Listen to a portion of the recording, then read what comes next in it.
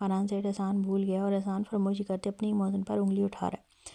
دلاور نے گہری نظروں سے بہران کو دیکھتے کہا۔ جب بہران لب بھینچے کھڑا اسے گوننے لگا، ضرورت نہیں ہے، میں خود پتہ لگا لوں گا، لیکن اگر اس میں ذرا سا بھی تمہارا ہاتھ نکلا اور دلاور سے، تو مجھے اس بات پر بہت افسوس ہوگا کہ میں نے تمہارے ساتھ دشمنی کی۔ اسے کہتا وہ پلٹ گیا تھا، جبکہ اپنے سامنے اپنی ٹریننگ میں بڑے ہو کر چھوکرے کو اپنے سامنے چلتا دیکھ دلاور سیٹھ کو برداشت نہیں ہو رہا تھا۔ دشمنی سے تم مول لے چکے ہو بہران دلشیر، ہمارے دھندے میں دشمنی مول لے کر مار کر ہی جان چھوٹتی ہے۔ اگر تم سوچتے ہو کہ بڑے ہو کر دلاور سیٹھ کے مقابلے کھڑے ہو گئے ہو تو بھول کر بیٹھے ہو، وہ بھی سنگین قسم کی۔ دلاور سیٹھ نے گلاس ایک بار میں الگ سے اتارتے زور سے زمین پر پھینکا۔ دوسری جانب جو خبر بہران کو اپنے بندوں سے ملی تھی وہ بہران کے ہوش اڑا گئی تھی کہ ایلف خانزادہ برادرز کے فارم ہاؤس پر ہے۔ کئی لمحے سکتے میں رہنے کے بعد مزید خبر ملی کہ اس وقت فارم ہاؤس پر اس کا بزنس پارٹنر شمس خانزادہ عارضہ کا باپ اور اس کا بھائی پرویز خانزادہ عارضہ کا چچا ہے۔ گارڈز کے امراء سے آدھا گھنٹہ لگا تھا فارم ہاؤس پر پہنچنے میں۔ وہاں کی سیکیورٹی سختی پر بہران دلشیر کو روکا نہیں گیا، یا اندر سے یہ حکم ہی نہیں ہوا تھا۔ جو ہی لاؤنج میں داخل ہوا اس کے پیروں تلے سے زمین کھسک گئی تھی۔ ایلف صوفے پر بے ہوش پڑی تھی اور اس کے کپڑے جگہ جگہ سے پھٹے ہوئے تھے۔ یہ دیکھتے بہران دلشیر کی آنکھوں سے لہو چھلکنے لگا۔ کچھ ہی دور شمس خانزادہ اپنے چھوٹے بھائی پرویز کا گربان پکڑے کھڑا تھا۔ بہران کو دیکھتے لمحے میں چھوٹے بھائی کو کمرے میں دھکیلتے باہر سے دروازہ لاک کیا تھا۔ بہران تم جیسا سوچ رہے ہو ویسا نہیں ہے۔ ابھی ان کی بات مکمل نہ ہوئی تھی جب بہران نے ایک زوردار مکہ ان کی ناک پر مارا کہ لمحے میں وہاں سے خون کی لکیر پھوٹ پڑی۔ گارڈز تو ایلف کی حالت کے مد نظر رکھتے باہر کھڑے تھے۔ اسے کچھ نہیں ہوا، یہ بالکل ٹھیک ہے، میں نے کچھ نہیں ہونے دیا۔ وہ تیزی سے آگاہ کر رہے تھے، اس کی اذیت سمجھ سکتے تھے۔ تم لوگوں کی ہمت کیسے ہوئی میری بہن پر ہاتھ ڈالنے کی شمس خانزادہ؟ بہران دھاڑتے اب مزید مارنے لگا تھا۔ شمس خانزادہ کے سارے احسانات ملحے طاق رکھتے گویا وہ سب کچھ بھول چکا تھا۔ نہیں معلوم تھا یہ تمہاری بہن ہے، اس کے ساتھ کچھ نہیں ہوا، وہ اب بھی صفائی دے رہے تھے۔ تمہارے بھائی کی میں جان لے لوں گا۔ بہران اسے جھٹکتا اس کی کمرے کی طرف بڑھا جہاں شمس خانزادہ نے اپنے بھائی پرویز کو بند کیا تھا۔ اسے کچھ مت کرو، اسے اس گھٹیا کی سزا میں خود دوں گا۔ تمہیں اگر سزا دینی ہے تو دلاور سیٹھ کو دو۔ اب کی بار وہ بھی دہاڑے تھے، جو بھی تھا، پر اندر موجود شخص ان کا بھائی تھا۔ بہران دلاور سیٹھ کے نام پر ٹھہرا تھا، اسے تو معلوم بھی نہیں تھا کہ یہ تمہاری بہن ہے۔ اس نے صرف یہ دلاور سیٹھ کے کہنے پر کیا۔ وہ مجرم ہے پر تمہارا مجرم نہیں ہے، اسے سزا ملے گی۔ پر بہران نے ایک نظر ایلف کو دیکھا، وہ ہوش میں آ رہی تھی۔ مزید کوئی بات کیے بغیر اپنا کوٹ اٹھایا، ایلف کو پہنایا اور اسے بازو میں اٹھایا۔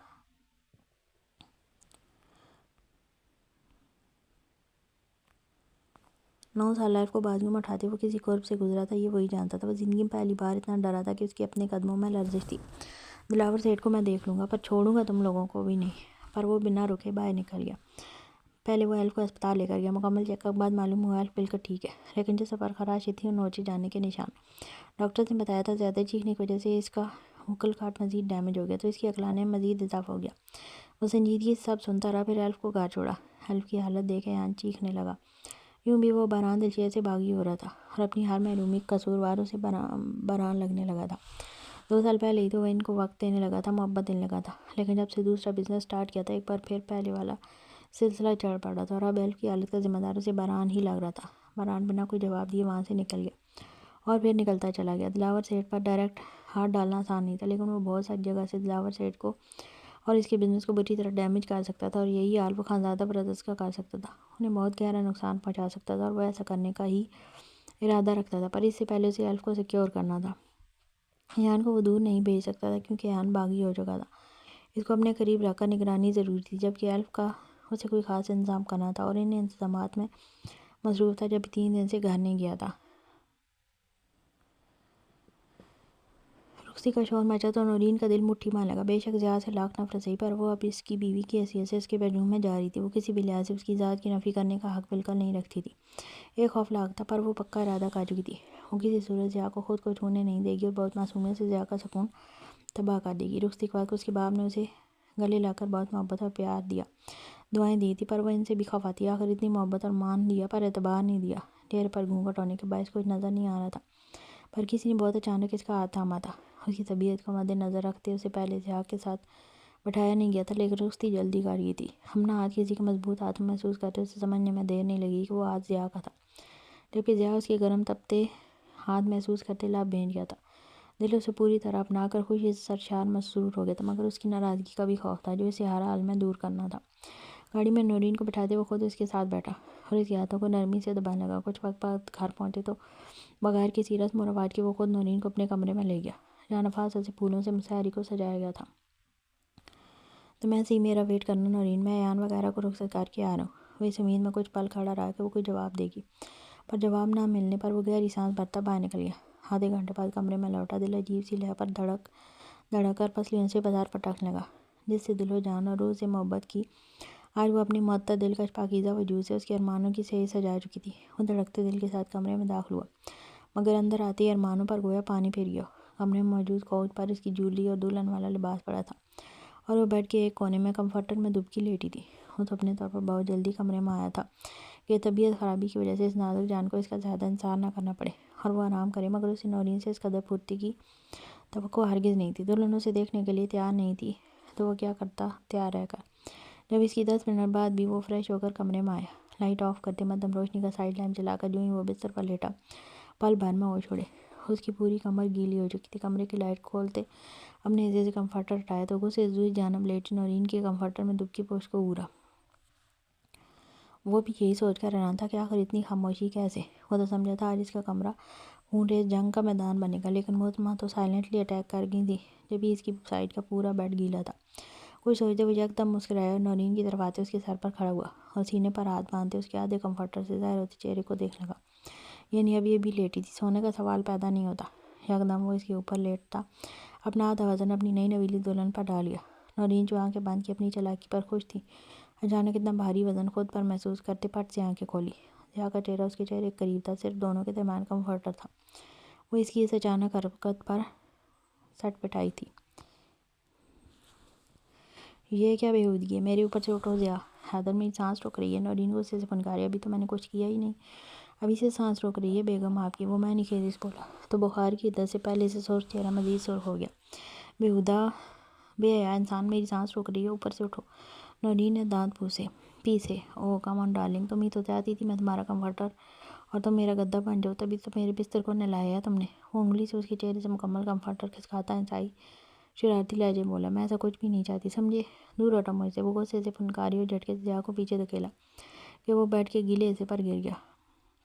نورین میں اتنی طاقت ہرگز نہیں تھی کہ وہ اسے کھسکا سکتی، یقیناً وہ جان بوجھ کے کمزور پڑا تھا۔ نورین اس کے گرتے ہی خود سے کمفرٹر جھٹکتے وہاں سے اٹھنے لگی تھی کہ اتنی تیزی سے ضیاء اسے واپس گراتا اٹھ کر اس کے دونوں کلائیوں کو بیڈ سے لگا چکا تھا۔ میرا انتظار کیوں نہیں کیا نورین؟ میں نے تمہیں دلہن کے روپ میں دیکھنا تھا۔ وہ اب سنجیدگی سے کہتا نہ چاہتے ہوئے بھی شکوہ کر گیا تھا۔ میری مرضی، وہ ضدی لہجے میں بولی، خود کو دل میں مستقل سمجھا رہی تھی کہ اسے کمزور نہیں پڑنا، نہ ہی ایک بھی آنسو آنکھوں سے نکلنے دینا، نہ ہی اس دھوکے باز شخص کے نرمی بھرے جادوئی مصنوعی لہجے کا اسیر ہونا ہے، نہ اس کے نرمی سے بھرے پرتپش اور لمس اور افسوسوں بھری غربت کا کوئی اثر لینا ہے کہ وہ اس کے بہت قریب تھا۔ مرضی تو اب میری چلے گی، تم پر، تمہاری روح پر، تمہارے وجود پر، تمہاری سانس پر۔ وہ اچانک بیگنے لگا تھا، اپنے ہاتھ کی انگلیوں کو نورین کے ہاتھ کی انگلیوں میں پھنسایا تھا۔ تم بھی باقی مردوں کی طرح بیوی کو دبا کر اپنے تابع رکھنے والے مرد ہو؟ وہ نفرت سے بولی، نہیں، میں خوشی خوشی بیوی کے تابع رہنے والا مرد ہوں، پر افسوس مجھے بد نصیب کی بیوی مجھے تابع کرنا ہی نہیں چاہتی۔ وہ معصومیت سے بولا۔ نورین کا سرخ چہرہ، پھولی سانسیں اس کے اعصاب کو جکڑ رہی تھی۔ مجھے ایسا کوئی شوق نہیں ہے، باہر میں جاؤ تم۔ نورین کرائی تھی، اسے ہرگز توقع نہیں تھی وہ اتنی بے باکی کے مظاہرہ کرے گا۔ باہر کا ایڈریس؟ تم بھی ساتھ چلو گی تو پیکنگ کر لیتے ہیں، ہنی مون وہیں منا لیں گے۔ وہ ویسے ہی معصومیت سے بولا تو نورین غصے سے آنکھیں مید کی، جب اچانک وہ اس کے بےحد قریب ہوتا اس کی آنکھوں پر جھکا اور اس کی میٹھی آنکھوں کو لبوں سے نرمی سے چھونے لگا۔ نورین ایک پل کے لیے اس نرم لمس اور پتھر ہو گئی۔ پہلی بار کسی مرد نے محرم بن کر پاکیزگی بھرے لمس سے اسے اس طرح چھوا تھا۔ دل کی دھڑکن اچانک رفتار پکڑ چکی تھی، سانس لینا محال ہونے لگا، کمرے میں گرمی بڑھنے لگی۔ اب تک جو وہ بخار سے جھاڑے کا شکار تھی، اب لگا کہ تپتے سے آرام آ گیا۔ آنکھوں سے سفر کرتے ضیاء کے لب اس کے ناک تک آئے، جب وہ اس کے لمس کے سیر سے نکلتی بری طرح پھڑپڑائی۔ ضیاء نے اس کے ہاتھوں کو مزید مضبوطی سے الجھایا۔ اگلے ہی لمحے اس نے نورین کے چہرے کو دیکھا، وہ ضیاء کو ہی دیکھ رہی تھی۔ ضیاء کو یوں محسوس ہوا جیسے وہ اس کے لمس پر اپنی سانس روک گئی ہے۔ سانس لو نورین، ضیاء نے نرمی سے کہا جب نورین کی آنکھوں میں نمی اتری۔ میرا دل بہت تیز دھڑک رہا ہے، وہ بہت معصومیت سے بتا رہی تھی۔ ضیاء کو اس پر ٹوٹ کر پیار آئی، یعنی وہ اس کے قریب آنے پر اپنی ہی دھڑکن سے گھبرا رہی تھی۔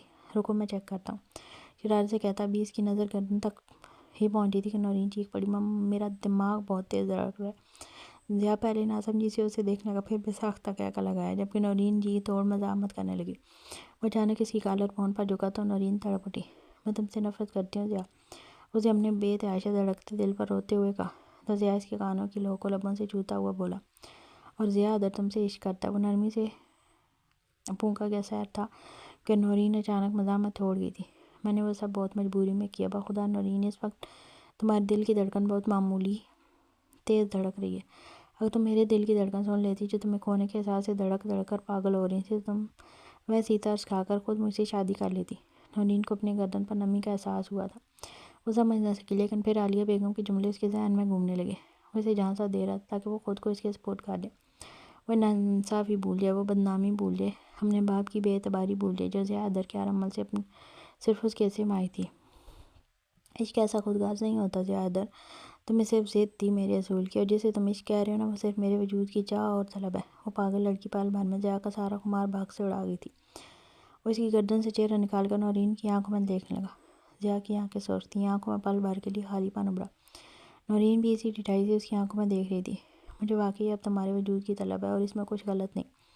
بیوی ہو میری، حلال ہو مجھ پر، اللہ نے میرا سکون تمہارے وجود میں رکھا ہے۔ فرشتہ نہیں ہو جو کوئی ضرورت نہ ہو، لیکن اس کے باوجود میری پچھلی زندگی میں کبھی کوئی چاہ اور طلب نہیں رہی تمہارے سوا۔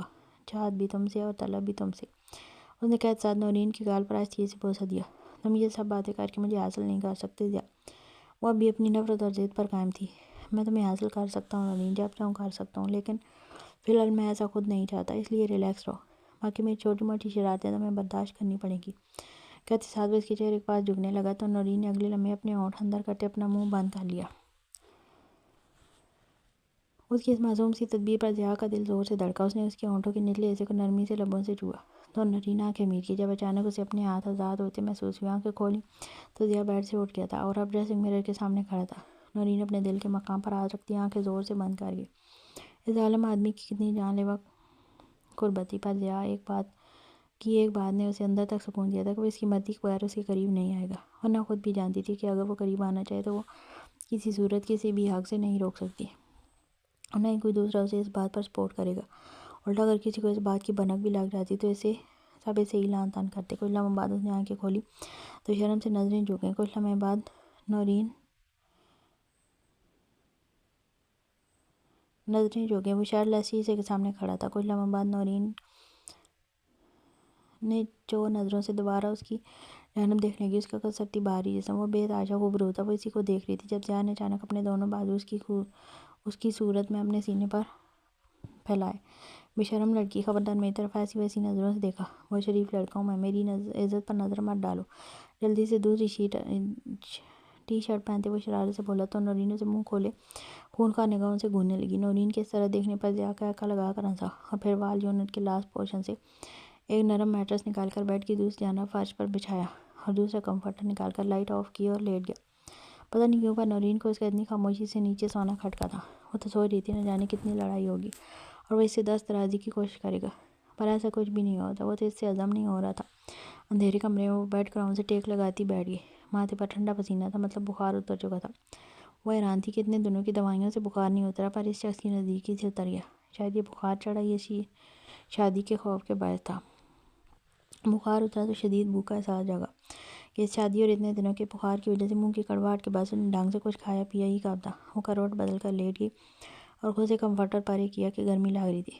بار بار کروٹیں بدلتے جب آدھا گھنٹہ گزرا تو غصہ چڑھنے لگا۔ نیند جانے کہاں فوت ہو گئی تھی، بھوک الگ تنگ کر رہی تھی۔ دیکھتے ہی دیکھتے وہ غصہ اشتعال سے ضیاء کی جانب مڑی۔ یقیناً اس شخص کو اپنی بیوی کے کھانے پینے اور ضرورت کی ہر چیز کا خیال ہونا چاہیے تھا۔ وہ جھٹکے سے کھڑی ہوئی تھی کہ مسکراہٹ ہونٹوں پر سجائی۔ میں تمہیں اتنا ٹف ٹائم دوں گی ضیاء حیدر کہ تمہارے اور تمہارے آنے والی نسلوں کے طوطے اڑ جائیں گے۔ خود سے بڑبڑاتے کمرے کی لائٹ کھولی تو تلوؤں سے لگی اور سر پر بجھی۔ ضیاء گہری نیند سو چکا تھا۔ وہ شخص اتنا پرسکون کیسے ہو سکتا تھا؟ یہی سوچتے آگے بڑھتے سائڈ ٹیبل سے آدھے پانی کا جگ اٹھایا اور ضیاء کے چہرے پر الٹ دیا۔ وہ جو ابھی کچھ لمحے پہلے نورین کے متعلق سوچتے نیند کی وادیوں میں اترتا ہڑبڑا کر جھٹکے سے بیٹھتا بری طرح کھانسنے لگا، پھر خونخوار نگاہوں سے نورین کو گھورا۔ نہارا فرح نے جب شاپنگ بیگز اٹھائے نہارا کو کمرے میں جاتے دیکھا تو اس کے پیچھے ہی کمرے میں چلی گئی، جبکہ فرح کے پکارنے پر نہارا نے کوئی رسپانس نہیں دیا۔ البتہ اسے سلگانے کی کوشش میں شاپنگ بیگ بیڈ پر لوڈ دیے تاکہ اسے پتہ چلے کہ وہ نہیں لے گئی تو کیا ہوا، وہ شاپنگ کر کے آئی ہے۔ واؤ، یہ کتنے خوبصورت اور برانڈڈ کپڑے ہیں۔ فرح آنکھوں میں چمک اور ستائش لیے بیڈ کے قریب آتی بولی تو نہارا کی آنکھیں بھی چمکنے لگی۔ آخر اس کی پہلی کمائی کی خریداری تھی۔ نہارا، یہ تو باران سر نے دلائے ہیں۔ کچھ لمحے بعد فرح نے جانتی نظروں سے پوچھا، جی نہیں، اپنے جی نہیں، اپنے پیسوں سے لیے ہیں۔ نارا نے ماتھے پر بڑھ ڈالے کہا۔ تو فرج چونک گئی کیا اس کی تنخواہ لاکھوں میں تھی، کیونکہ بیڈ پر جو کپڑے بکھ رہے تھے ان میں سے ایک ایک ڈریس کی قیمت کم از کم 15 سے 20 ہزار سے شروع ہوتی تھی، اور اگر اس کی تنخواہ زیادہ تھی پر کیوں انارا ایسا تو کوئی کام نہیں کرتی تھی؟ آخر ان کے مالک کی اس چھوٹی سی لڑکی پر اتنی مہربانی کیوں؟ تمہاری تنخواہ کتنی ہے نارا؟ فرح نے کچھ سوچتے پوچھا۔ 5 ہزار۔ ایک کپڑے کو خود سے لگاتے نارا نے سادگی سے کہا۔ تو فرح خاموش کھڑی اسے خوش ہوتے دیکھنے لگی۔ تم نے کتنے کے خریدے یہ کپڑے؟ وہ سوال تو کر رہی تھی پر جانتی تھی جواب ہضم ہونے والا نہیں ہوگا، اور ہوا بھی ایسے۔ 500 کا ایک۔ انارا کا سن کر فرح کو زور سے کھانسی آئی۔ انارا فکر مندی سے اس کے قریب بڑھی اور فرح کو معاملہ سمجھنے میں دیر نہیں لگی تھی۔ آگ یہاں صرف انارا کی طرف سے نہیں بلکہ دونوں طرف سے برابر لگی تھی۔ کتنی خاموشی سے بہرحان بنا احسان ظاہر کیے اس کی خواہشات پوری کی تھی۔ ایسے انارا کی قسمت پر عشق آیا تھا کہ یقیناً مغرور شہزادے جیسا بہرحان دلشیر ایک معصوم شہزادی سے دھواں دھار قسم کی محبت کر بیٹھا تھا۔ بہت بہت پیارے کپڑے ہیں، تم ان میں شہزادی لگو گی، فرح نے دل سے تعریف کی، جس پر انارا گہرا مسکرائی۔ سارے کپڑے الماری میں سیٹ کرتے اس نے ڈارک گرے رنگ کا فراک نکالا۔ یہ پہن لوں ابھی؟ اس نے اشتیاق سے پوچھا تو فرح اس کی دمکتی رنگت کو دیکھ مسکرائی۔ اس کی اپنی قسمت بھی اچھی تھی کہ ہونے والی مالکن سے دوستی ہو گئی تھی۔ بہت بہت پیارا لگے گا تم پر، مسکرا کر کہتی۔ کچھ دیر کھڑے رہنے کے بعد فرح باہر نکل گئی۔ انارا کپڑے لے کر واش روم میں بند ہوگی، دوپہر سب کے کمروں میں گزری۔ شام انارا تیار ہو کر کمرے سے باہر نکلی۔ شدت سے کسی کے روبرو آنے کا انتظار تھا، آخر اتنے دل سے تیار ہوئی تھی، اپنی کمائی کا نیا جوڑا پہنا تھا تو کسی کا انتظار کیوں نہ ہوتا؟ رخ کچن کی جانب تھا، آج وہ بے مقصد چہک رہی تھی۔ تم کچھ زیادہ خوش لگ رہی ہو، فرح نے ایک نظر اسے دیکھتے دلچسپی سے پوچھا۔ وہ لڑکی دن بدن کھلتی جا رہی تھی۔ مجھے اپنی زندگی پری جیسی لگتی ہے جو پہلے قید میں ہوتی ہے اور ملازمہ بن کر رہتی ہے، پھر اس کا شہزادہ اسے اپنے محل میں لے آتا ہے۔ فریج سے فروٹ نکالتے وہ بولی تو فرح خاموش رہی۔ انارا کچھ نہ کچھ اس کے کام میں مدد کرتی رہی۔ وقت تیزی سے گزرا اور رات کے کھانے کا وقت ہو گیا۔ بہرحان نہ جانے اب تک کمرے سے باہر کیوں نہیں آیا تھا؟ وہ انہی سوچوں میں گم تھی جب فرح اپنے کوارٹر چلی گئی۔ انارا وہیں سوفے پر بیٹھی گاہے بغیر نگاہ بہرحان کمرے کی جانب ڈال رہی تھی کہ کب وہ باہر ہے۔ یوں بھی وہ تصدیق کر چکی تھی کہ بہرحان گھر پر ہی موجود ہے۔ اس عالم کے انتظار میں وہ تو ڈھنگ سے ڈنر تک نہیں کر پائی تھی۔ ابھی کچھ ہی دیر سوفے پر گزری تھی، گھڑی رات کے 10 بجا رہی تھی جب اچانک پورچ میں گاڑی کی رکنے کی آواز آئی۔ وہ چونک گئی اور یوں ہی ارادہ کرنے لگی کہ اٹھ کر باہر جائے اور دیکھے کون ہے، پر اس کی مشکل کچھ لمحوں میں خود ہی آسان ہوگی جب ہیل کی ٹک ٹک کے ساتھ ایک بے حد ماڈرن طرزدار لڑکی لاؤنج میں داخل ہوئی۔ گولڈن براؤن بالوں کھولے وہ بیک لیس اور بغیر بازو کے سی گرین ٹاپ اور ٹائٹ نیرو جینز جو گھٹنے سے پھٹی ہوئی تھی، رنگ گورا اور اس پر زیب و آرائش کی چمک۔ انارا کچھ پل اسٹائلش لڑکی کو دیکھ حیران رہ گئی، لیکن وہ کسی امیر باپ کی اولاد یا بہرحان کی کوئی رشتہ دار تھی، جبکہ اب وہ لڑکی انارا کی جانب متوجہ تھی اور چونک گئی تھی جیسے اسے پہچاننے کی کوشش کر رہی ہو۔ انارا اس کے یوں دیکھنے پر کنفیوز ہوتی اپنی انگلیاں چڑھانے لگی۔ اس سے پہلے وہ لڑکی انارا سے مخاطب ہوتی بہرحان کے کمرے کا دروازہ کھلا اور بیک وقت دونوں ہی بہرحان کی طرف پلٹ گئیں۔ اب کی بات دونوں کی نظروں میں مختلف تاثر تھا۔ اگر انارا کی نظروں میں الجھن اور کنفیوژن تھی تو اس لڑکی کی نظروں میں بہرحان کو دیکھ حسرت اور ستائش ابھری تھی۔ ہونٹوں پر باریک خوبصورت مسکراہٹ سجائے وہ بہرحان کو دیکھ رہی تھی، اس مردانہ وجاہت کے شاہکار ملینئر آدمی کے بارے میں آج تک اس نے سنا تھا، مگر آج دیکھ کر اسے اندازہ ہوا کہ جو اس نے سنا تھا وہ بہت کم تھا۔ جبکہ سامنے کھڑا شخص اسے شہزادوں کی آن بان لیے کوئی یونانی دیوتا لگا جس نے ایک بار اسے دیکھنے کے بعد دوبارہ نہیں دیکھا تھا۔ لیکن بہرحان دلشیر کی نظریں انارا پر ٹھہر سی گئی تھیں۔ وہ ویسے ہی قاتل حسن رکھتی تھی، اس پر تضاد یہ کہ ہونٹوں پر اس کے منع کرنے کے باوجود ہلکی لپسٹک لگانے لگی تھی، سجنے سنورنے لگی تھی۔ کمرے میں آ جاؤ۔ انارا سے بمشکل نظریں پھیرتا وہ اس لڑکی سے مخاطب ہوا جس نے پلٹ کر ایک مسکراتی نظر انارا پر ڈالی تھی، بے نفاست سے قدم اٹھاتی بہرحان کے کمرے میں گم ہو گئی تھی۔ انارا سکتے کے عالم میں کھڑی تھی جب دروازہ بند ہوتے دیکھ سکتا ٹوٹا۔ یہ ہولناک منظر دیکھ اس کے سر پر دلشیر پیلس کی چھت گری تھی، یہ وہ خود پورے وجود سے زمین بوس ہوئی تھی۔ اسے سمجھ نہ آئی یہ لڑکی کون ہے اور اینجل باری کے کمرے میں۔ انارا کا دل پہلی بار خوف سے اس قدر بری طرح لرزا تھا کہ سانس تک لینا 2 بار ہو گیا۔ اپنے منہ پر ہاتھ رکھتی وہ لرزتی ٹانگوں اور مریل قدموں سے ادھر ادھر چکر کاٹنے لگی۔ دل میں ایک کے بعد ایک سوال جنم لے رہے تھے۔ کیا وہ کوئی ڈاکٹر ہے یا پھر خود ہی خیال کی یقیناً نہیں، ڈاکٹر ایسے تو نہیں ہوتے، اور اینجل باری کون سا بیمار ہے؟ کیا کزن ہوگی؟ پر اگر کزن ہوتی تو اینجل باری اسے کمرے میں کیوں لے جاتے؟ کہیں بیوی تو نہیں؟ یہ سوچتے انارا کا دل کئی ننھے ٹکڑوں میں تقسیم ہوا تھا۔ اس نے تیزی سے نفی میں سر ہلایا۔ نہیں، بیوی کیسے ہو سکتی ہے؟ اگر ہوتی تو فرح آپی بتا دیتی کہ میں فرح آپی سے جا کر پوچھوں۔ خود سے سوال کیا اور فوراً قدم باہر کی جانب موڑے، لیکن پھر اس کے آرام کا خیال کرتی رہ گئی۔ اس کے ساتھ بہرحان دلشیر کو اکیلے اس لڑکی کے ساتھ چھوڑ کر کیسے جاتی؟ 5 منٹ بھی گزرے تھے کہ انارا کے قدم خود بخود بہرحان کے کمرے کی جانب بڑھ گئے۔ وہ نہیں جانتی تھی اپنے اپنی اس کے کمرے کے دروازے پر موجودگی کیا وجہ پیش کرے گی، پر اگر ایسا نہ کرتی تو مزید اذیت کا شکار ہوتی، شاید ماری جاتی۔ اس لیے دروازے پر آ کر 2 بار دستک دینے کے بعد بھی جب کوئی جواب نہ آیا تو اس نے اور زور سے دستک دی، گویا قرض دار کے دروازے پر قرض وصولنے کی غرض سے کھڑی ہو۔ دوسری طرف وہ لڑکی جو ہی کمرے میں آئی، باران کے کہنے پر صوفے کے ایک کونے میں بیٹھ گئی اور باران خود موبائل چلاتا بیڈ پر بیٹھ گیا۔ وہ مستقل باران کو دیکھتے سوچ رہی تھی کہ کام کہاں سے شروع کرے یا پھر اس بھرپور اور خوبصورت مرد کی پیش قدمی کا انتظار کرے۔ وہ یونانی دیوتا جیسی ہر چیز سے لاپرواہ تھا، اس کا دل کسی انداز بن کر اس کے قدموں میں بیٹھ کر اس کی ساری لاپرواہی کی ایسی کی تیسی کر دی۔ یوں خاموشی 5 منٹ سے رہ گئے، درمیان میں خاموشی حال تھی۔ 5 منٹ بعد اس نے بولنے کے لیے لب کھولنے چاہے جب دروازے پر دستک ہوئی۔ کوئی اور بھی ہوگا آپ کے ساتھ؟ اس کا سوال کچھ ڈر لیے ہوئے بھی تھا اور انتہائی بے باک اور بیہودگی سے بھرپور۔ باران کو پہلی بار اس طرح کی بے باک اور بیہودہ بات بری لگی تھی، یا وہ اس قدر معصومیت دیکھنے کا عادی ہو گیا تھا کہ ہر لڑکی کے اندر انارہ جیسی معصومیت تلاش کرنے لگا تھا۔ ایک سرسری ناگوار نظر اس لڑکی پر ڈال وہ کھڑا ہوتا اپنی شرٹ کے بٹن کھولنے لگا۔ باران کا یہ عمل دیکھ اس لڑکی نے بھی جلدی سے اپنی شرٹ کے اوپری 2 بٹن ڈھیلے کیے اور ستائش سے باران کے مضبوط اور 6 پیک والی کسرتی باڈی دیکھنے لگی۔ باران کا مضبوط سینہ اور بازو، وہ کوئی ڈارک ٹال ہینڈسم ہیرو ہی تو تھا۔ ابھی وہ اسی کو دیکھ رہی تھی جب دوبارہ دروازے پر دستک ہوئی۔ سامنے اس لڑکی کو باہر کھڑے وجود پر شدید طیش آیا، لیکن اس بار باران نے اسے کھڑے ہونے کا اشارہ کیا، پھر بیڈ کی جانب اشارہ کیا تو وہ شاید اسی اشارے کی منتظر تھی۔ فوراً باران کے بیڈ پر نیم دراز ہوتی بائیں پھیلا گئی۔ باران نے گہری سانس لیتے اپنی شرٹ پھینکی اور تیسری دستک پر دروازہ کھول دیا۔ بالکل سامنے انارہ صوفے پر پریشان آلسی کھڑی تھی، جو باران کے اچانک سامنے آنے اور باران کے نیم بھر نہ ہونے پر فوراً نظریں جھکا گئی، ساتھ ہی چہرہ حیا کی شدت سے لال ببو کا ہو گیا۔ باران دل شیر کو اس لمحے شدت سے احساس ہوا کہ محبت تو بہت پیچھے رہ گئی تھی، یہ لڑکی تو عشق بن کر اس کی رگوں میں بہنے لگی ہے، اس کی روح میں سما گئی ہے۔ باران ہلکا سا سائیڈ میں ہوا تو انارہ کی نظر سامنے بیڈ پر لیٹی لڑکی پر پڑی تو پتھر ہو گئی۔ ان نگاہوں میں نفرت، حقارت، غصہ، صدمہ، افسوس، اشتعال، ایک ساتھ کئی جذبے آنکھوں میں ابھرے جنہیں باران نے بغور دیکھا۔ کیوں آئی ہو؟ باران کے سوال پر وہ ہوش میں آتی باران کو دیکھ لگی، آنکھوں میں نمی چمک لگی، اس کے ہاتھ کپا رہے تھے، جس پر باران سختی سے لب بھیج گیا۔ وہ کہتے کہتے ایک بار پھر بستر پر کیچڑ بن کر پھیلی اس لڑکی کو دیکھ لگی، جو خار بھری نظروں سے اسے ہی دیکھ رہی تھی۔ وہ یہاں تو گئی تھی، پر اب سمجھ نہیں آ رہا تھا کہ کیا کہے، کہ یہاں کیوں آئی ہے۔ وہ اینجل ماری مم میرا ڈریس، وہ اتنا بولتے چپ ہو گیا، آنکھوں سے آنسو ٹوٹ کر گالوں پر گرا۔ باران کا ضبط ٹوٹنے لگا، دروازے پر پکڑ سخت ہوئی۔ کیا ہوا ڈریس کو؟ وہ ڈھیٹ بنا اطمینان سے کھڑا پوچھ رہا تھا، کوئی فکر نہیں تھی کہ اندر بھی کوئی موجود ہے۔ وہ ایک نیا سوٹ مل نہیں رہا، شاید آپ کے کمرے میں آ گیا، اسے اچھا بہانہ ملا تھا۔ لفظ لڑکھڑا رہے تھے، باران جانتا تھا اس کے گلے میں آنسوؤں کا پھندا اٹکا ہوا ہے۔ تمہارے سوٹ کے پاؤں تھے کیا جو میرے کمرے میں خود چل کر آ گیا؟ باران نے اسپاٹ لہجے میں پوچھا۔ نہیں، شاید شاپنگ بیگ آپ لے آئے ہوں، اگر میں چیک کر لوں۔ وہ نظریں جھکائے بولی، اندر سے بری طرح ٹوٹ پھوٹ کا شکار تھی۔ باران نے گہری سانس لیتے اسے کمرے میں آنے کی جگہ دی۔ انارہ کو سمجھ نہیں آیا اب کیا کرے۔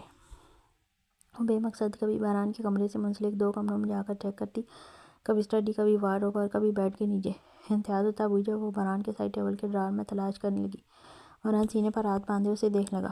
انارہ میرے کمرے میں نہیں ہے، اپنے کمرے میں تلاش کرو، وہیں ہوگا، اب کہ باران نے سختی سے کہا، جبکہ باران کے منہ سے انارہ نام سنے اس لڑکی کے ذہن میں دھماکہ سا ہوا اور وہ حیرت سے انارہ کو دیکھنے لگی۔ جی، اور آپ نے ان سے نہیں ملوایا؟ یہ آپ کی بہن ہے؟ ہاتھوں کو آپس میں مسلتے اس نے پوچھا، اور بے بسی کے احساس سے چور اس کے الفاظ کی چناؤ پر اس سچویشن میں بھی باران سے مسکراہٹ ضبط کرنا مشکل ہو گئی۔ کتنی بھولی اور ڈرپوک تھی وہ لڑکی۔ بہن نہیں، میری گرل فرینڈ ہے انارہ، اور آج رات ہم ساتھ گزارنے والے ہیں، اور تم ڈسٹرب کر رہی ہو، تمہیں جانا چاہیے، صبح بات کریں گے۔ باران نے گویا اس کی سماعت میں دھماکہ کیا۔ اس ظالم بے مہر کے منہ سے یہی تو وہ نہیں سننا چاہتی تھی۔ اس سے پہلے وہ کچھ کہتی اور باران کے لیے مشکل ہوتی، باران نے خود ہی نرمی سے اس کا بازو پکڑتے اسے کمرے سے باہر نکال دیا۔ بہت مشکل سے خود پر قابو پاتے وہ کمرے سے باہر تو نکل آیا تھا، پر پورا لاؤنج اس کے عتاب کا نشانہ بنا تھا۔ پیش قیمت ڈیکوریشن پیس فرش پر ٹوٹے اپنی قسمت پر ماتم کنا تھے۔ سب کچھ تہس نہس کرنے کے بعد اب وہ صوفے پر بیٹھا سگریٹ کے کش لے رہا تھا۔ اس کی رات جس قدر حسین گزری تھی، صبح اتنی اذیت ناک تھی۔ وہ ایلف کا تھپڑ برداشت کر گیا تھا، پر کیا کرتا، اس کے الفاظ اب تک کانوں میں ہتھوڑے بجا رہے تھے۔ وہ کیسے اس کی محبت کو اس طرح پامال کر سکتی تھی؟ ایک کے بعد دوسری کے بعد تیسری سگریٹ سلگائی، پر پھر بھی اشتعال ختم نہیں ہوا تو جھٹکے سے کھڑا ہوا، اور سارے میل ملازمین جو سر جھکائے حکم کے تابع کھڑے تھے نے باہر جانے کا اشارہ کیا، اور خود لمبے لمبے ٹاک برتا واپس اپنے کمرے کی جانب گیا۔ جھٹکے سے دروازہ کھولا، نظر بیڈ پر لیٹی ایلف پر پڑی، جو آنکھیں بند کیے ماضی کی گہری یاد میں تھی۔ یہی وجہ تھی کہ الفی اس کی موجودگی کو محسوس نہ کر سکی۔ عارضک نے آگے بڑھتے ایک جھٹکے سے اسے بیڈ پر کھڑا کیا۔ جب اسے اچانک افتاد پر الف کچھ سمجھ نہ سکی اور سرخ ڈورے دار آنکھوں سے عارضک کو دیکھا جس کی آنکھیں بالکل اجنبی تھی۔ بہت آرام کھا لیا مسز الشراف نے، اب کام پر لگیں، دانت پیس کر کہتا ہوا اسے کمرے سے باہر لاؤنج میں لایا تھا۔ ریشمی بال تیزی سے چلنے کے باعث کبھی پیچھے کوڑتے کبھی چہرے کے آگے لٹاتے، جھٹکے سے لاؤنج میں لا کر چھوڑتے ہوئے الف کو دیکھنے لگا جو حیرت زدہ سی اس عالی شان لاؤنج کو دیکھنے لگی جس کا عشر نشر ہو چکا تھا۔ 1 گھنٹہ تمہارے پاس پوری صفائی چاہیے مجھے، نہ تم کسی کی مدد لوگی نہ کوئی تمہاری مدد کی کوشش کرے گا، اب شروع ہو جاؤ۔ صوفے پر بیٹھتے وہ ٹانگ پر ٹانگ رکھے الف کو ہی دیکھ لگا تو الف کینہ توز نظروں سے اسے گھوننے لگی اور پھر چہرے پر زخمی مسکراہٹ سجاتے اپنے پاؤں کی جانب اشارہ کیا جیسے کہنا چاہتی کہ تمہارا حکم میری جوتی تلے۔ اس کا یہ اشارہ عارضک کے تن بدن میں مزید شعلے بھڑکا گیا تھا۔ الف پلٹنے لگی جب وہ کھڑا ہوتا تیزی سے الف کے سامنے آیا۔ مجھے مجبور مت کرو، میں تمہارے ساتھ بد سے بدتر پیش ہوں، اس نے سلگتے لب و لہجے میں کہا، پر الف کا چہرہ اور نظریں دونوں بلینک تھیں، جیسے کوئی فرق ہی نہ پڑتا ہو۔ اس کی ڈٹھائی پر کچھ پل دانت پیسنے کے بعد اچانک عارضک مسکرایا، مسکراہٹ کافی پراسرار تھی۔ تمہاری یہی چیلنجنگ اور اسٹرانگ نیچر مجھے پسند ہے میری جان، داد دیتا وہ جیب سے موبائل نکالنے لگا، پھر ایک نمبر ڈائل کرتے فون اسپیکر پر ڈالا۔ تیسری رنگ پر فون اٹھا لیا گیا۔ یس باس، دوسری جانب سے ایک بھاری آواز ابھری۔ عبد الرحمن کیا کر رہا ہے؟ الف کی طرف دیکھتے اس نے سنگین لہجے میں سے سوال کیا تو الف کے چہرے کا رنگ یکدم بدلا، آنکھوں میں خوف چمکا۔ اس بندے نے اطلاع بس میڈ کھانا لگانے لگی ہے، اس بندے نے اطلاع دی تو الف کو تسلی ہوئی۔ کھانے میں پوائزن ملا دو، صرف عبد الرحمن کے، باقی بچے محفوظ رہنے چاہیے۔ اور ابھی عارضک بول رہا تھا جب الف اس کے لبوں پر اپنا نرم ہاتھ رکھ گیا۔ آئی ایم سوری، وہ جھٹ سے نظریں جھکا کر بولی تو عارضک اس کی جھکی پلکیں اور اپنے لبوں پر رکھے اس کے لرزتے ہاتھ کو دیکھنے لگا، پھر الف کا ہاتھ لبوں سے ہٹایا۔ مت دینا اسے پوائزن، کہتے ساتھ عارضک نے فون کاٹ دیا جبکہ الف شکستہ قدموں سے پیچھے ہوتی صفائی کا سامان اٹھانے لگی۔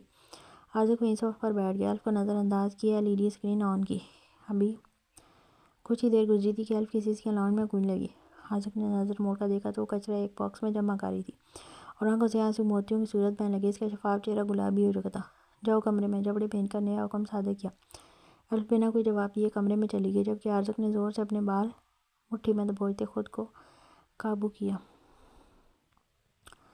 پانی منہ پر گرنے سے وہ ہڑبڑا کر اٹھ بیٹھا، کچھ لمحے سمجھ نہ آیا کہ یہ اچانک سیلاب کہاں سے آیا، پر جب نظر سر پر کھڑی نورین پر پڑی تو سارا معاملہ سمجھ میں آ گیا۔ وہ یہ بھی سمجھ گیا تھا کہ وہ اسے عزت کرنے کے لیے یہ سب کر رہی ہے۔ تمہارا دماغ درست ہے نورین، یا بخار سر چڑھ گیا؟ نئے سنجیدگی سے پوچھا جس پر نورین نے آنکھیں چھوٹی کی اسے گرا۔ اوف، کتنی گہری ایکس رے کرتی ہیں نظروں سے تم مجھے دیکھ رہی ہو، مجھے حیا آ رہی ہے تم سے۔ ضیاء نے نئے سنجیدگی سے کہتے نامحسوس طریقے سے اپنی گیلی شرٹ پر ہاتھ رکھا تو نورین آنکھیں پھاڑے اسے دیکھنے لگی، کچھ لمحے بعد اس کی بات کا مفہوم سمجھتی چہرہ گلابی ہو گیا۔ مجھے بھوک لگ رہی ہے، دانت پیس کر غصے سے کہا تو ضیاء نے ایک نظر گھڑی کو دیکھتے واپس نورین کو دیکھا، اس وقت تمہیں بھوک لگ رہی ہے؟ اس کے بوجھ پر جواباً نورین نے اس بات میں سر لایا تو ضیاء بستر سے کھڑا ہوا اور نورین کو اپنے پیچھے آنے کا اشارہ کرتے کمرے سے نکل گیا۔ ٹھنڈے فرش پر ضیاء کے قدموں کے پیچھے قدم رکھتی وہ نیم اندھیرے میں کچن میں داخل ہوئی۔ ضیاء نے کچن کی روشنی جلائی تو کچھ پل کے نورین ساکت رہ گئی۔ اس قدر خوبصورت کچن اس نے اب تک ڈراموں میں بھی نہیں دیکھا تھا۔ پورے کچن میں نگاہ دوڑاتے آخر میں اس کی نگاہ ضیاء پر ٹھہری جو فریج سے ڈشز نکال رہا تھا۔ مجھے یہ سب نہیں کھانا، نورین کی آواز پر ضیاء فریج سے سر نکال کر اسے دیکھنے لگا۔ ڈونٹ ٹیل می، تم مجھے کھانا چاہتی ہو؟ وہ شرارت سے کھویا ہوا۔ اس وقت اس کے لیے یہ بات خوش کن تھی کہ وہ اسے نخرے دکھا رہی تھی۔ اتنے برے دن نہیں آئے ابھی میرے، مجھے ایک ایگ چیز سینڈوچ چاہیے، نورین نے سینے پر ہاتھ باندھے کہا تو ضیاء نے ٹھنڈی آہ بھری، مجھے یہ بنانا نہیں آتا نورین، میں باہر سے آرڈر کر دیتا ہوں۔ ضیاء نے سمجھانے والے انداز میں کہا، نہیں میں ابھی بیماری سے اٹھی ہوں، میں تمہیں ریسپی بتا رہی ہوں تم بناؤ۔ کہتے ساتھ نورین نے چکر شیلف پر بیٹھ گئی جبکہ اس کی ناز برداریوں پر ضیاء نہال ہونے لگا۔ نورین سمجھ رہی تھی اس طرح وہ ضیاء کو زچ کر دے گی، پر وہ نہیں جانتی تھی اس کے نخرے ضیاء کو کتنی خوشی دے رہے ہیں۔ ٹھیک ہے بتاؤ کیسے بناتے ہیں؟ ضیاء نے سنجیدگی سے پوچھا تو نورین نے اسے طریقہ بتاتے بتاتے شیلف سے سر ٹکا گئی۔ 10 منٹ کی محنت کے بعد ضیاء حیرانی سے اپنے مزیدار تیار کردہ سینڈوچ دیکھ پیچھے مڑا تو ہونٹ بے اختیار مسکرانے لگی۔ اسے کام پر لگا کر وہ معتمد ہو چکی تھی۔ ضیاء نے اسے اٹھانے کو ہاتھ ہلانا چاہا، جس کا نتیجہ نکلا کہ وہ ضیاء کے کندھے پر ہی سر رکھ گئی۔ ضیاء نے ایک نظر اس سینڈوچ کو دیکھتے گہری سانس لی، پھر نورین کو بازو میں اٹھایا جبکہ نورین جو سونے کا ناٹک کر رہی تھی اس کی یوں اچانک اپنی باہوں میں اٹھانے پر ایک دم بکھلا گئی۔ نیچے اتارا مجھے بھوک لگ رہی ہے۔ نورین کی اچانک آواز پر ضیاء ایک دم چونکا، یعنی خیز مسکراہٹ لیے پکڑ ڈھیلی کی نتیجتاً نورین زمین پر گر گئی، البتہ بہت احتیاط سے چھوڑا تھا کہ چوٹ نہ آئے۔ نورین اسے غصے سے گھورنے لگی، لو اب کیا گھور رہی ہو، ایک ہی مرتبہ بتا دو باؤں میں رہنا یا نیچے اترنا تاکہ میں کنفیوز نہ ہوں۔ وہ انتہائی معصومیت سے بولا تو نورین کا دل کیا سینڈوچ کی پلیٹ مقابل کے سر پر بجا دے۔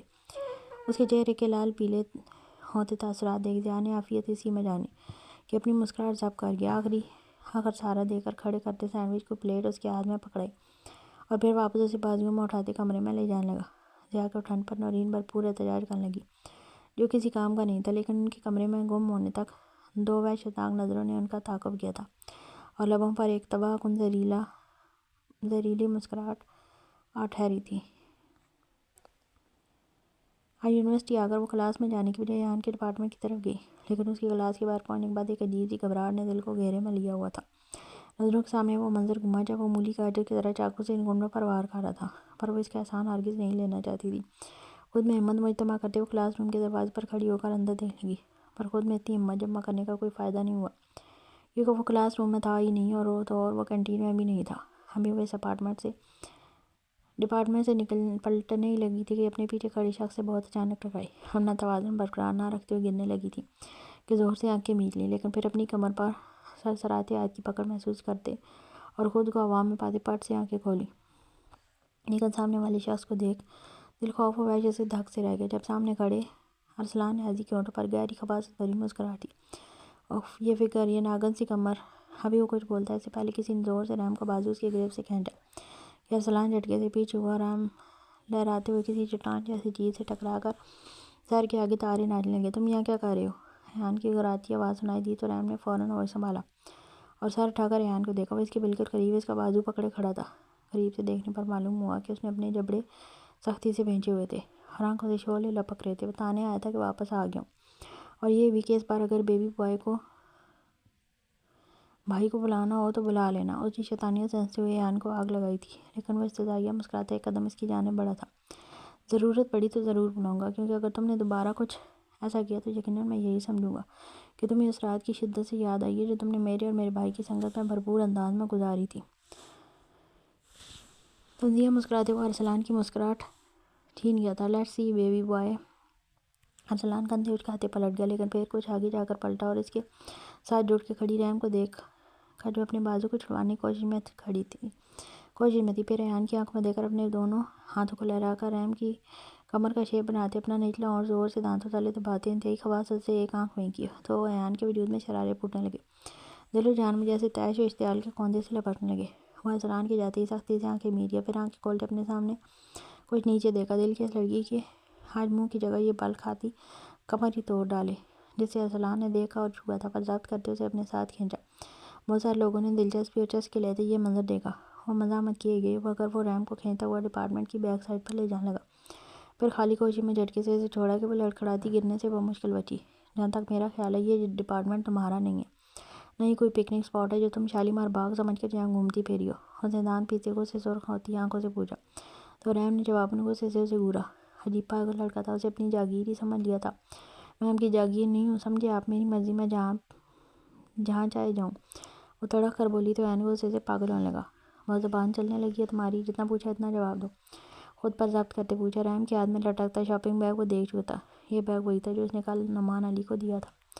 آپ مجھ سے اس طرح جواب طلب کر رہے ہیں تو سنیں، میں آپ کو جواب دہ نہیں ہوں، میرے باپ نہیں ہیں آپ۔ غصے کی شدت سے اس کا اپنا منہ سرخ ہو رہا تھا۔ مانتی تھی اس کا باپ نوکر تھا اس کا، پر وہ نہیں تھی۔ Okay, I got it. ویسے افسوس، نعمان علی تو بہت شریف لگتا ہے، پر اس کی بیٹی دوسروں کو اپنی کمر کا شیپ اور سائز نپوانے کے لیے ان کی باہوں میں۔ ابھی جملہ مکمل نہیں ہوا تھا کہ بے اختیاری میں رحم کا ہاتھ اٹھا اور ایان کے چہرے پر اپنا نشان چھوڑ گیا۔ وہ جو غصے میں ہی غلط بولتا جا رہا تھا، اس زبان کو ایک دم بریک لگی اور پتھر بنا ساکت آنکھوں سے رحم کو دیکھا جس کی آنکھوں میں آنسو جمع تھے۔ بہت برداشت کر لیا آپ کو، آپ کی بیہودگی اور بدان بھری باتوں کو، لیکن اب بس سب کچھ برداشت ہے، پر اپنے کردار پر بات کرنے والی کی زبان کھینچ سکتی ہوں میں؟ غصے کی شدت سے کانپتے لہجے میں وہ دھمکانے والے انداز میں بولی۔ یہ دینے آئی تھی آپ کو سو کالڈ تحفہ۔ نہ میں اتنے مہنگے تحفے لینے کی عادی ہوں، نہ دینے کی، نہ میرے بابا کو اس کی ضرورت ہے نہ مجھے، اس لیے یہ آپ اپنے پاس رکھیں کہ آپ جیسے گھمنڈی بد دماغ اور خود پرست شخص سے تو میں کوئی سستا تحفہ بھی نہ لوں۔ وہ شاپنگ بیگ ایان کے سامنے رکھتی بہت تیزی سے پلٹ گئی اور جتنی تیزی سے وہاں سے نکل سکتی تھی نکل گئی۔ کئی ثانیے ایان اپنی پوزیشن میں کھڑا رہا، پھر نیچے جھک کے فون کا بیگ اٹھایا، اندر سے فون نکالتے اس کے لب آہستگی سے مسکرائے۔ انٹرسٹنگ. فون کو پرسوچ نظروں سے دیکھتا وہ خود بھی قدم واپس لیتا راہداری سے باہر نکلے گا اور پھر یونیورسٹی سے ہی باہر نکل گیا. یوں بھی زین اور ضیاء یونیورسٹی نہیں آئے تھے. نورین کی آنکھ کھلی تو اپنے منہ پر کچھ بھاری بھاری سا محسوس ہوا. آنکھیں کھول کر دیکھا تو ضیاء کا بھاری بازو اس کے ہونٹ اور ٹھوڑی پر رکھا تھا. وہ گیلی جگہ کو چھوڑ کر اس کے دودھ میں اس کے بہت قریب لیٹا گہری نیند میں تھا. اس نے نظریں موڑتے ہوئے اسے ضیاء کا گھنا چاہا پر ضیاء کا چہرہ دوست جانا تھا. اچانک مسکراتے نورین نے اس کے سفید بازو کو دیکھا اور پھر اچانک منہ کھولتے بازو پر اپنے دانت پوری طاقت سے گاڑ دیے. ضیاء جو گہری نیند میں تھا شروع میں تو اسے اپنے بازو پر نرمی کا احساس ہوا لیکن پھر لگا جیسے بازو پر کسی نے آری چلا دی ہے. وہ ہڑبڑا کر اٹھا اور اگلا منظر دیکھ کر آنکھیں کھل گئیں. سی پاگل ہوگی. اور جنگلی چڑیل بازو پر چبھن محسوس کرتے ہوئے جھٹکے سے اٹھ بیٹھا. بازو پر دانتوں سے اور کیڑی کا نشان بنا تھا. وہ اسے اور نیند کی خمار بھری نظروں سے نورین کو گھورا جو منہ بنائے اسے دیکھ رہی تھی. ضیاء کو لمبا کھینچتی وہ مسکراتی اس کے گلے میں اپنی باہوں کا ہاتھ ڈال چکی تھی جبکہ ضیاء کا غصہ تو اس کا یہ انداز دیکھ کر ہی برف کی طرح ٹھنڈا ہو گیا تھا. یہ لڑکی صبح صبح اس کی جان لینے پر تل گئی تھی. ہونٹوں پر گہری مسکراہٹ نہیں گئی. کل رات سے اس لڑکی کے الگ رنگ دیکھ اس کا دل تیزی سے دھڑک رہا تھا. اس نے کیا سوچا تھا اور وہ کیا کر رہی تھی. اس کی اتنی سی غربت پر ہی دل نہال ہوا. پسلیوں سے سر پٹکنے لگا لیکن جذبوں میں طغیانی تو تب مچی جب اسے اپنی گردن پر نورین کے نرم گداز لب محسوس ہوئے. اچانک ضیاء کو ہر طرف آگ دیکھتی محسوس ہوئی لیکن یہ صرف چند لمحے کا تھا کہ اب نورین وہاں بھی اپنے دانت گاڑ چکی تھی. سی پاگل لڑکی. سارا سیر اڑن چھو ہوا تو جھٹکے سے نورین کو خود سے دور کرتے ماتھے پر بل ڈالے. گورا تو نورین معصوم شکل بناتی کسی مجرم کی طرح نظریں جھکا گئی جس پر کچھ لمحے ضیاء اسے گھورتا رہا. پھر اچانک جھکتے اس کے ماتھے کو زور سے چوما. جنگلی بلی. بیڈ سے اٹھتا ہوا اس کی ان حرکتوں پر مسکراتا ہوا زیر لب بڑبڑایا جب نورین نے غصے سے کہا تم رات کو میری والی سائڈ پر کیوں سوئے تھے. اس کے سوال پر ضیاء نے آئی بروچ گئی. موسم اس کے پورے بیڈ پر خود قبضہ جما گیا اور الزام اس پر کیونکہ میں مچھلی جل کی رانی نہیں ہوں جو پانی میں سو سکوں. میرا میٹرس بھی تم نے گیلا کر دیا اور کوچ پر میری ٹانگیں پوری آتی نہیں. سو کندھے اچکاتے ہوئے موبائل اٹھا کر میسیجز چیک کرنے لگا. نورین نے ایک نظر گھڑی پر ڈال دی جو 10:30 بجا رہی تھی. میرے ماما بابا ناشتہ لے کر نہیں آئیں گے. نورین نے سنجیدگی سے اسے اطلاع دی. ضیاء نے نظر اٹھا کر دیکھا. اچھی بات ہے. انہیں تکلف کرنے کی ضرورت بھی نہیں ہے. ضیاء نے سادگی سے کہا ہاں بھلا ان کا دیسی غریبوں والا ناشتہ آپ لوگوں کو کہاں پسند آئے گا. بس اسی لیے میں نے منع کر دیا. وہ تنزیہ ہو رہی تھی. ضیاء نے ناگواری سے اسے دیکھا. تم اچھی طرح جانتی ہو ایسا کچھ نہیں ہے. وہ تمہارے گھر والے ہیں. وہ میرے لیے قابل احترام ہے اور ان کی لائی ہر چیز قابل احترام. وہ لمحے نورین نے اسے دیکھتی رہی. وہ کتنا خوبصورت تھا. کوئی بھی لڑکی اس پر دل ہار سکتی تھی اور وہ اس کی بیوی بلکہ من پسند بیوی اپنے بنے اس کے کمرے میں بیٹھی تھی لیکن محبت یا پسند کوئی بھی جذبہ ضیاء کے لیے وہ اپنے اندر محسوس نہیں کرتی تھی سوائے ناپسندیدگی کے. ٹھیک ہے پھر ہم ہمارے گھر چلتے ہیں اور ماما پاپا کے ساتھ ناشتہ کریں گے. انہیں بہت خوشی ہوگی. وہ اچانک مسکرا کر اس کے سامنے آئی تو ضیاء پریشانی سے اسے دیکھنے لگا. کیا ہوا. شادی سے پہلے تک تو وہاں جانا گوارا تھا. اب وہاں جانے کی حیثیت اجازت نہیں دیتی. اس کے تذبذب کا شکار دیکھتے فوراً تلخ ہوئی. ایسی بات نہیں ہے. بس ایک ضروری کام تھا. اوکے تم ریڈی ہو جاؤ. میں بھی ہو جاتا ہوں. پھر چلتے ہیں. مسکرا کر نورین کا گال تھپکتے ہوا واش روم میں بند ہو گیا. نورین پر اس رات مسکراتے واش روم کے بند دروازے کو دیکھنے لگی. تمہارا یہ ناشتہ میں اس قدر یادگار بناؤں گی زیادہ کہ تم تا حیات کے لیے ناشتہ کرنا بھول جاؤ گے یا پھر یہ ناشتہ ہمیشہ اپنے حافظے میں محفوظ رکھو گے. خود سے عزم کرتی وہ اپنا فون تلاشنے لگی. پھر فون ملنے پر ایک میسیج ریڈی کر کے اپنے کزن کو بھیجا. The game is begin Zia. تمہاری بیوی تمہارے لیے میٹھے سے میٹھی چھری ثابت ہوگی.